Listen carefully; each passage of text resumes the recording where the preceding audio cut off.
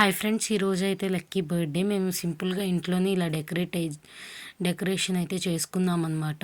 ఇంకా birthday cake ఉండాలి కదా, బర్త్డేకి అయితే స్ట్రాబెర్రీ ఫ్లేవర్ కేక్ అయితే తీసుకున్నాము. సింపుల్గా ఎక్కువ డెకరేషన్ లేకుండా.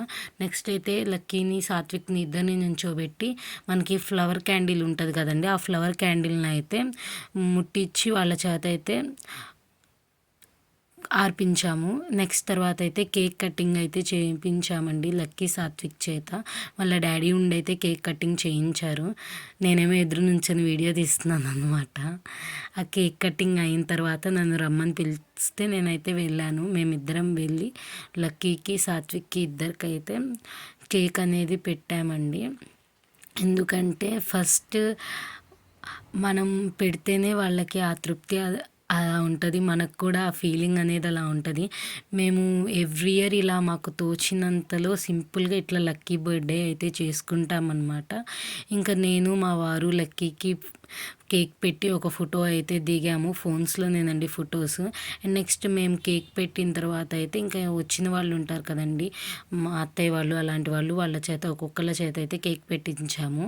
అండ్ నెక్స్ట్ మేము పెట్టిన తర్వాత అయితే వాళ్ళిద్దరే నుంచొని కేక్ని అయితే కట్ చేస్తున్నారనమాట. అలా కట్ చేయాలి, ఇలా కట్ చేయాలని. నెక్స్ట్ అయితే మా హస్బెండ్ వాళ్ళ నాయనమ్మ అండి, ముసలావిడ. ఆవిడ అయితే పిల్లలకి బ్లెస్సింగ్స్ ఇచ్చి వాళ్ళకైతే కేక్ అనేది పెట్టింది. పక్కనున్న ఆయన అయితే మా మరిది అండి. మా మరిది కూడా కేక్ పెడుతుంటే మేము ఏడిపిస్తున్నాం, నువ్వు ఒక్కడవే కాదు మా చెల్లి కూడా వస్తుంది ఆగు అని చెప్పి. ఇంకా మా సిస్టర్ అయితే వాళ్ళకి కేక్ అనేది పెట్టేశారు. కేక్ పెట్టేసి వాళ్ళిద్దరు కూడా ఒక ఫోటో అయితే దిగారనమాట. నుంచొని ఒక ఫోటో, కూర్చొని ఒక ఫోటో. నెక్స్ట్ వాళ్ళు పెట్టిన తర్వాత అయితే మా అత్తయ్య మామయ్య అండి వీళ్ళు.